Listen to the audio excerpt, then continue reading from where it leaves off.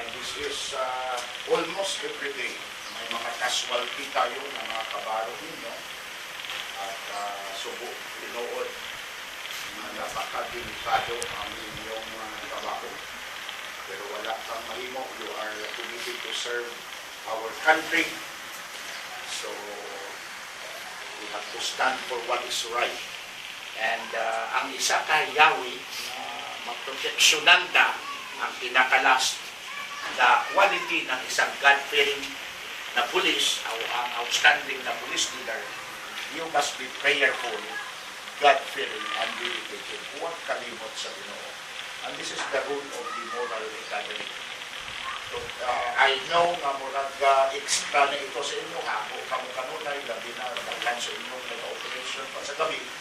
Pero I'm glad na kahit paano imo ni Pili, balikan, pastor ang atong mga kapulisan. Kung ito yung bagarina o kamingkamot ang makabalik para may back-up sila sa prayer. Maunang doon na mo sa trabaho. Your family doesn't know kung makabalik pa mo niya sa gabi.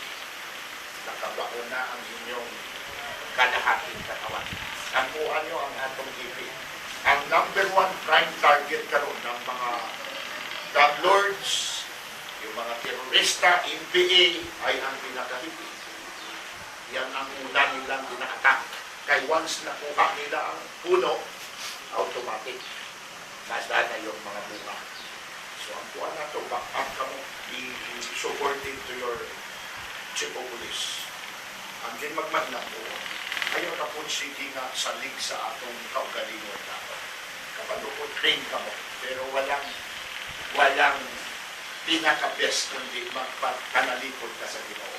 Ang doon na ito, na every time operate ka, every time na mo gawas ka, ang pinang ka sa Ginoo. Ang nakubing, maging prayerful ka. Sangkit gamay.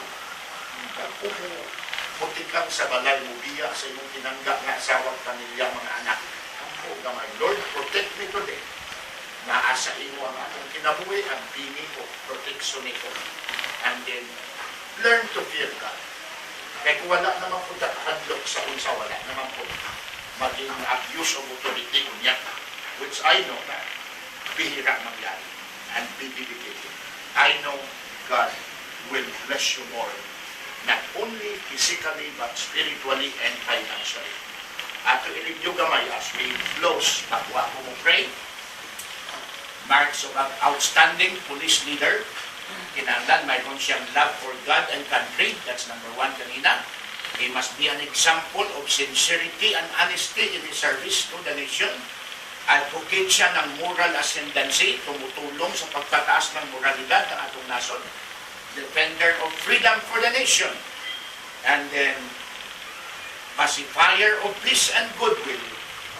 And then, never surrender to the enemy. And then last is prayerful, God-fearing, and dedicated. May hidden message po dyan. Kung titignan natin, ito ang lead PNP change, redefine, transform. Yan ang magiging outcome ng isang outstanding na police leader. So, I hope nakatabang kinikinagmay sa inyo. We will pray na the whole day will be safe to all, to each and everyone, doing your duty.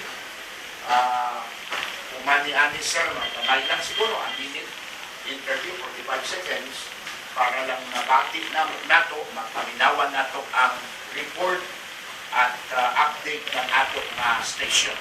So, magdugo ng tanan, kaya mo pray ako, and then mulapit ka sa Ginoo, idugo lang ang ulo, and then just repeat this prayer para mamayo kang tabang sa Ginoo. Resulti ni sa imong labi, ang iyong tabang sa atong Diyos. Now, kini ang prayer for closing. Lord Jesus, nagahangyok kami sa imong proteksyon sa among benepisyo ni aning komunidad. Ang pini kami Ginoo, giyahi ang among pag-alagad, nga may sinseridad, o makatabang kami sa among komunidad o sa among nason. I believe in you, Lord Jesus. You are my Lord and Savior. I make you as my shepherd so you can protect me every day in my duty to my community. Bless me and my family. Protect my family as well from the attack of the enemy.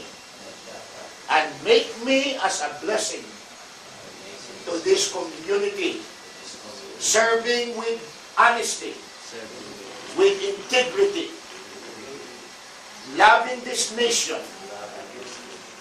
to make this country again a peace-centered country.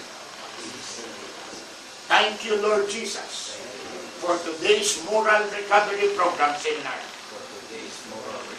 I ask you now to bless my life because I believe in you as my protector, my Lord, my shepherd, my Savior.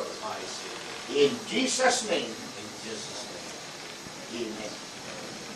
At nagtakutob, palakpakan na ito ang mga pagkain mo. Salamat tayo sa inyong very, very attentive na ano.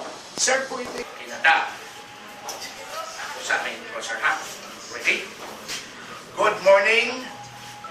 This is Dr. Danny Mornales, ang atong Regional Training Officer sa Region 7 under PNP Chaplain Service Speakers Bureau, conducting Moral Recovery Program to all police station.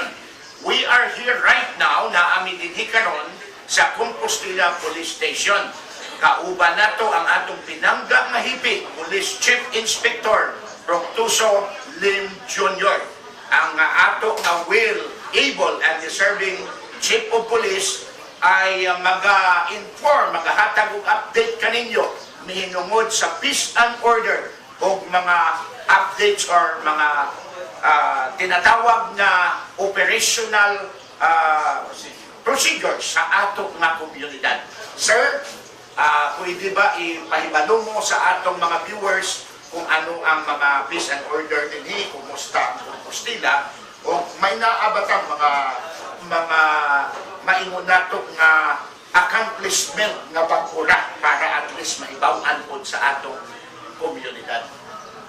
Ang peace and order situation sa Compostela, it remains peaceful. Yes, sir. And crime incident is minimal.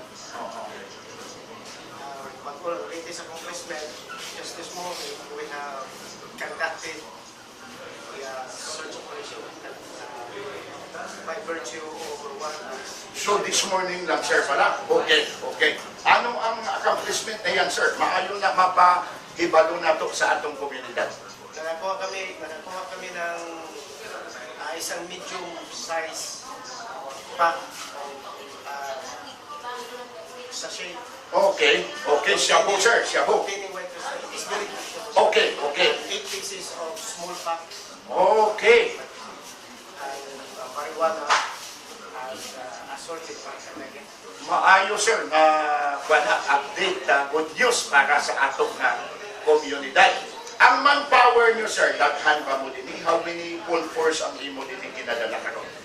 Ang total strength na ito sa Compostela Police Station is 23. Okay, sir. 20 personnel. And okay lang na siya. Okay, sir.